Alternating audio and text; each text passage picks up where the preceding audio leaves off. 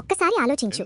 నీ జీవితంలో జరిగిన అతిపెద్ద బాధ నీ అతిపెద్ద శక్తిగా మారితే, ఒక మనిషి అతని దగ్గర అన్నీ ఉన్నప్పుడు, గౌరవం, కుటుంబం, పేరు, ఒకరోజు అన్నీ కోల్పోయి మళ్ళీ తిరిగి వస్తే కేవలం ఒక కారణం కోసం, ప్రతీకారం. కానీ ఈ కథ కేవలం రివెంజ్ గురించి కాదు.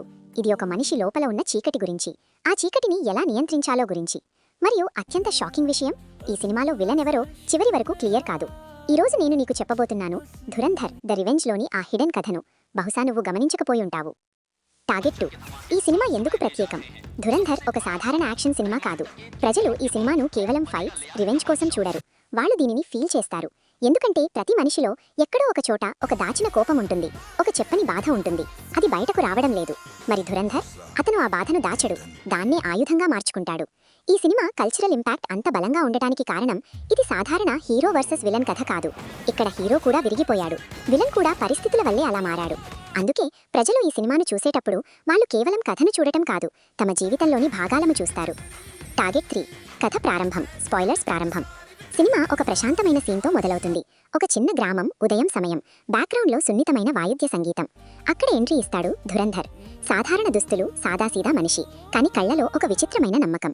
గ్రామస్తులు అతనికి గౌరవమిస్తారు, ఎందుకంటే అతను కేవలం బలమైనవాడు కాదు, అతను న్యాయం యొక్క ప్రతీక. అతని ఒక నియమం, తప్పు ముందు ఎప్పుడూ వంగకూడదు. ఇక్కడి నుంచే కథ ఒక భావోద్వేగ బేస్ను నిర్మిస్తుంది. అతనికి ఒక చిన్న కుటుంబం ఉంది, ఒక ప్రేమించే భార్య, ఒక చిన్న కుమారుడు. అతన్ని హీరోగా చూస్తాడు. అన్నీ పర్ఫెక్ట్గా కనిపిస్తాయి, కానీ పర్ఫెక్ట్ జీవితం ఎక్కువ కాలం ఉండదు. ఒక రాత్రి వర్షం పడుతోంది. గ్రామంలోకి కొందరు వస్తారు. బ్లాక్ కార్లు, డార్క్ ఉద్దేశాలు. ఇక్కడే అసలు కాన్ఫ్లిక్ట్ ప్రారంభమవుతుంది. వాళ్ళు కేవలం నేరస్తులు కాదు, వాళ్ళు సిస్టంలో భాగం. వారి టార్గెట్ ధురంధర్. టార్గెట్ 4. ఫస్ట్ హాఫ్లో హిడెన్ డీటెయిల్స్.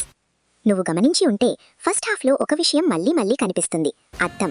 ధురంధర్ తనని చూసే ప్రతిసారి కెమెరా అతని కళ్ళపై ఫోకస్ చేస్తుంది. ఇది సాధారణ షాట్ కాదు.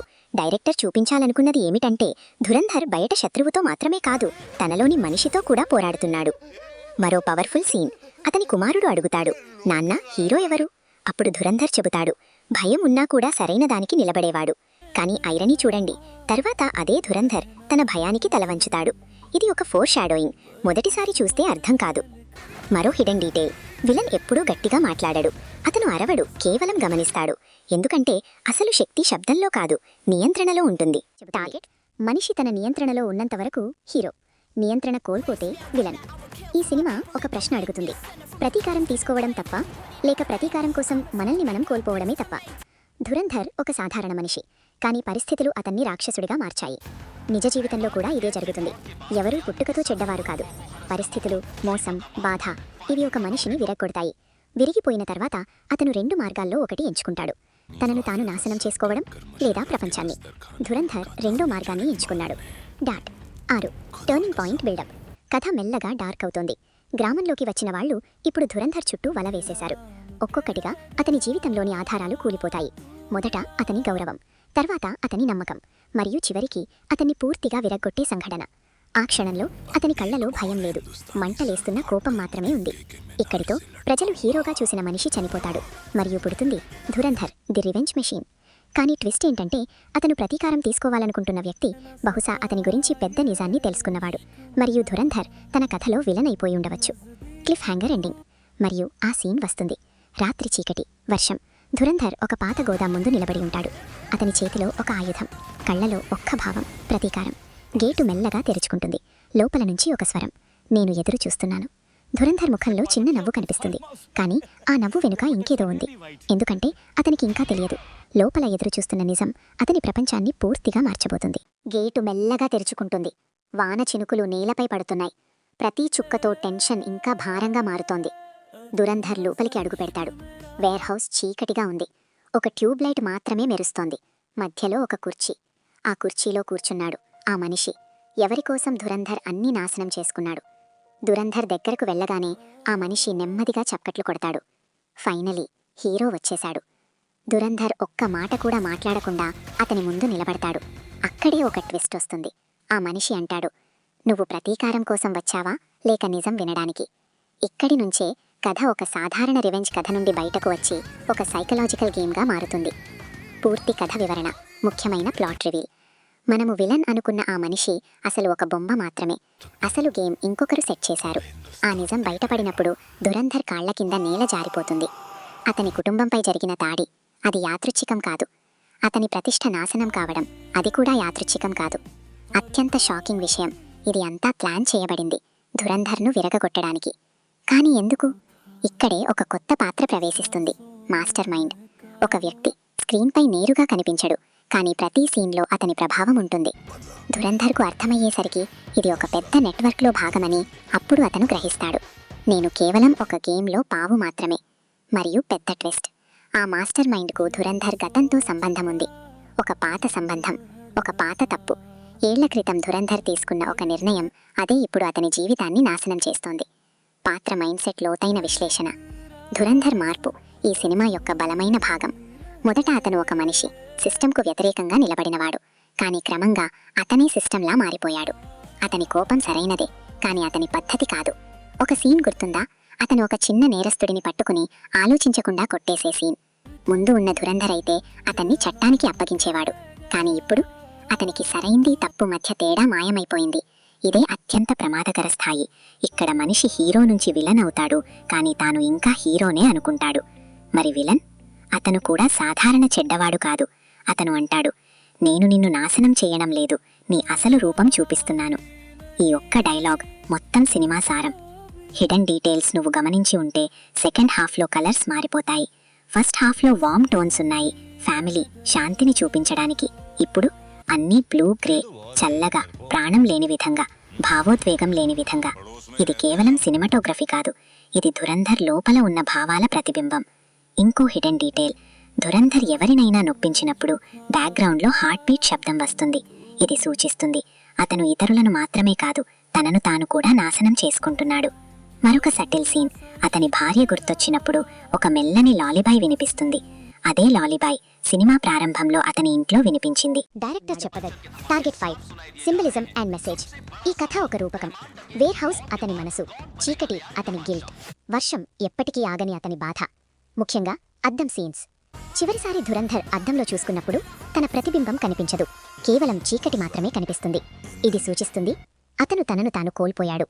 సినిమా ప్రధాన సందేశం, ప్రతీకారం నిన్ను బలంగా చేయదు, అది నిన్ను ఖాళీగా చేస్తుంది. టార్గెట్ 7 భావోద్వేగ క్షణాలు.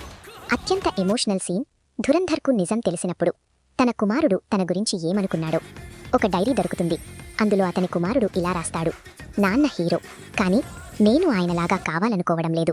ఈ లైన్ ధురంధర్ను పూర్తిగా విరగగొడుతుంది. ఎందుకంటే ప్రతీకారం కోసం తన కుమారుడి కళ్లలో తనను తాను పడగొట్టుకున్నాడు. ఇక్కడ ప్రేక్షకులు గ్రహిస్తారు, నష్టం కేవలం శారీరకంగా కాదు, భావోద్వేగ నష్టం ఇంకా ప్రమాదకరం.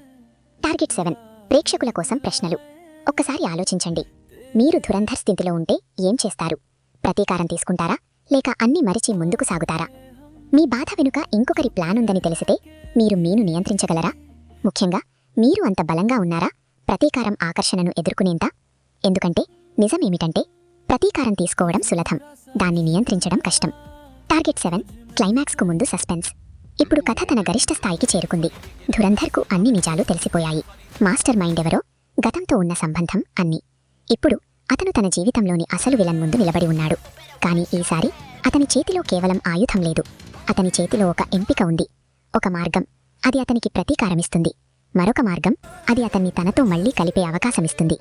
ఇక్కడే సినిమా ఒక చివరి ప్రశ్న అడుగుతుంది, ధురంధర్ తనలోని రాక్షసుణ్ణి గెలిపిస్తాడా, లేక అతన్ని ఓడిస్తాడా? ఇక్కడి నుంచి వచ్చే క్లైమాక్స్ అన్నీ మార్చేస్తుంది. రాత్రి చీకటి, వర్షం ఆగిపోయింది, కానీ గాలిలో ఇంకా ఒక భారమైన నిశ్శబ్దం ఉంది. ధురంధర్ నిలబడి ఉన్నాడు, ఆ మనిషి ముందుకు. మాస్టర్ మైండ్ అతని. ధురంధర్ జీవితాన్ని పూర్తిగా చెదరగొట్టిన వ్యక్తి. కెమెరా మెల్లగా ధురంధర్ ముఖంపై జూమ్ అవుతుంది. కళ్లల్లో కన్నీళ్లు లేవు, కేవలం ఒక ఖాళీ భావం మాత్రమే ఉంది. మాస్టర్ మైండ్ నవ్వుతాడు, నన్ను చంపు, అదే కావాలనుకుంటున్నావు కదా? ఇక్కడే సినిమా తన అత్యంత పెద్ద సైకలాజికల్ గేమ్ ఆడుతుంది. ధురంధర్ చేతి ట్రిగ్గర్పై ఉంది, కానీ అతని మనసులో ఫ్లాష్ బ్యాక్లు మొదలవుతాయి. అతని కుమారుడు, అతని భార్య, ఆ చిన్న సంతోషమైన జీవితం, మరియు అన్నింటి ముగింపు. కానీ ఇంకో ఫ్లాష్ బ్యాక్ వస్తుంది. ధురంధర్ తన జీవితంలో ఒక తప్పు నిర్ణయం తీసుకున్నప్పుడు. ఆ నిర్ణయం వల్లే మాస్టర్ మైండ్ జీవితమే నాశనమైంది. అక్కడే అర్థమవుతుంది, ఇది ఒక పక్క రివెంజ్ కాదు, ఇది ఒక సైకిల్. మాస్టర్ మైండ్ అంటాడు, నువ్వు నా అన్నీ తీసుకున్నావు, నేను నీది తీసుకున్నాను, ఇప్పుడు మనం సమానం. ఈ డైలాగ్ కేవలం మాట కాదు, ఇది మొత్తం సినిమా ఆత్మ. ఇప్పుడు ధురంధర్ దగ్గర 2 మార్గాలు ఉన్నాయి. 1 ట్రిగ్గర్ నొక్కడం, సైకిల్ కొనసాగించడం. 2 ట్రిగ్గర్ వదిలేయడం, సైకిల్ను ముగించడం. ఆ క్షణంలో ధురంధర్ తన కళ్లను మూసుకుంటాడు, లోతుగా ఊపిరి పీలుస్తాడు, మరియు గన్ను కిందికి దింపేస్తాడు. నిశ్శబ్దం, పూర్తి నిశ్శబ్దం. మాస్టర్ మైండ్ షాక్లో, ప్రేక్షకులు షాక్లో. ఎందుకంటే ఇది మనం ఊహించిన ఎండింగ్ కాదు. డైమండ్ 2 ఎండింగ్ అసలు అర్థం. దురందర్ ఎందుకు అతన్ని చంపలేదు? ఎందుకంటే అతనికి చివరకు అర్థమైంది, ప్రతీకారం ఎప్పుడూ ముగియదు. అతను మాస్టర్ మైండ్ను చంపితే రేపు ఇంకెవరూ అతన్ని చంపడానికి వస్తారు. ఇది అంతులేని చక్రం. మరియు పెద్ద ట్విస్ట్, దురందర్ తననే గెలిచాడు. తనలోని కోపాన్ని, తన బాధను నియంత్రించాడు. అదే అసలు విజయం. సినిమా చూపించేది న్యాయం జరిగిందా కాదు, అది చూపించేది మనిషి తన భావోద్వేగాలకు బానిసనా లేక యజమానినా. దురందర్ చివరకు యజమాని అయ్యాడు. డైమండ్ 3 మరో అర్థం, ఆల్టర్నేట్ ఇంటర్ప్రిటేషన్. కానీ ఆగు, కొంచెం లోతుగా ఆలోచిస్తే మరో అర్థం కూడా కనిపిస్తుంది. దురందర్ నిజంగా అతన్ని వదిలేశాడా లేక జీవంగా వదిలి ఇంకా పెద్ద శిక్ష ఇచ్చాడా? ఎందుకంటే ఇప్పుడు మాస్టర్ మైండ్ జీవితాంతం తన గిల్ట్తో జీవించాలి. కొన్నిసార్లు చావు కంటే పెద్ద శిక్ష బతికి ఉండటం. ఇంకో డార్క్ థియరీ, దురందర్ ప్రతీకారం తీసుకోలేదు. ఎందుకంటే అతను భావోద్వేగంగా ఖాళీ అయిపోయాడు. అతని లోపల ఇప్పుడు ఎలాంటి భావాలు లేవు. అతను ఎవరినీ చంపలేడు. ఇది ఇంకా భయంకరం, ఎందుకంటే ఇది చూపిస్తుంది బాధ మనిషికి కోపం మాత్రమే కాదు, కొన్నిసార్లు పూర్తిగా ఖాళీ చేస్తుంది. Diamond 4 cinema hidden message. Dhurandhar కేవలం రివెంజ్ కథ కాదు, ఇది ఒక హెచ్చరిక. నీ బాధను ఎప్పుడూ అంత పెద్దదిగా చేయకు, అది నీ వ్యక్తిత్వం అయిపోకుండా చూసుకో. సినిమా సున్నితంగా చెబుతుంది, బాధ అవసరం, కానీ దానిని పట్టుకోవడం ప్రమాదకరం. ముఖ్యమైన సందేశం, క్షమించడం బలహీనుల పని కాదు, అది బలమైన వాళ్లది. దురందర్ క్షమించలేదు, కానీ ద్వేషాన్ని ఎంచుకోలేదు. ఈ తేడా చాలా ముఖ్యం. డైమండ్ 5 జీవిత పాఠాలు. ఈ సినిమా మనకు ఏమి నేర్పుతుంది? 1 నియంత్రణే శక్తి. నీ భావాలను నియంత్రిస్తేనే నువ్వు బలమైన వాడివి. ప్రతీకారం ఒక అలవాటు, ఒకసారి మొదలైతే ఆపడం కష్టం. 3 బాధ నిన్ను మార్చుతుంది, లేదా నిన్ను మెరుగుపరుస్తుంది, లేదా నిన్ను చెడగొడుతుంది. 4 వదిలేయడం కూడా బలం, ప్రతిసారి వదిలేయడం ఓటమి కాదు. 5 ప్రతి విలన్ వెనుక ఒక కథ ఉంటుంది, ఎవరూ కారణం లేకుండా చెడ్డవారు కాలేరు. 6 ఈ సినిమా ఎందుకు మర్చిపోలేం? ఈ సినిమా ఎందుకు గుర్తుండిపోతుంది? ఎందుకంటే ఇది కేవలం కథ కాదు, ఇది ఒక అనుభవం. ఇది నిన్ను ఎంటర్టైన్ చేయదు, నిన్ను ప్రశ్నిస్తుంది. నువ్వు నీ నిర్ణయాలపై సందేహపడతావు, ఆలోచిస్తావు, నేను అయితే ఏమి చేసేవాడిని. ముఖ్యంగా ఈ సినిమా ఎండింగ్ శబ్దంగా ఉండదు. ఎలాంటి ఎక్స్ప్లోజన్ లేదు, ఎలాంటి పెద్ద డైలాగ్ లేదు, కేవలం నిశ్శబ్దం. అదే నిశ్శబ్దం అత్యంత ప్రభావాన్ని చూపిస్తుంది. 7 చూడటానికి విలువ ఉందా? నువ్వు కేవలం యాక్షన్ కోసం చూస్తే ఇది నీకోసం కాదు. కానీ లోతైన కథ చూడాలనుకుంటే, సైకలాజికల్ డెప్త్ అర్థం చేసుకోవాలనుకుంటే, నిజమైన భావాలను అనుభవించాలనుకుంటే ధురంధర్ తప్పకుండా చూడాల్సిన సినిమా. వైరల్ ఎండింగ్ అయితే ఈ రోజు పెద్ద నిజమేమిటంటే, జీవితంలో కష్టమైన పోరాటం ప్రపంచంతో కాదు, మనతోనే ఉంటుంది. ధురంధర్ ఆ పోరాటాన్ని గెలిచాడు, కానీ నువ్వు గెలవగలవా? నిజంగా చెప్పు, నువ్వు ధురంధర్ స్థానంలో ఉంటే ట్రిగ్గర్ నొక్కేవాడివా లేక వదిలేసేవాడివా? కామెంట్స్లో తప్పకుండా చెప్పు. ఇలాంటి డీప్ స్టోరీ టెల్లింగ్ నచ్చితే లైక్ చేయండి, షేర్ చేయండి, సబ్స్క్రైబ్ చేయండి. ఎందుకంటే ఇక్కడ మనం కేవలం కథలు కాదు, కథల వెనుక ఉన్న నిజాన్ని బయటపెడతాం. కొన్నిసార్లు అతి పెద్ద ప్రతీకారం తీసుకోకపోవడం.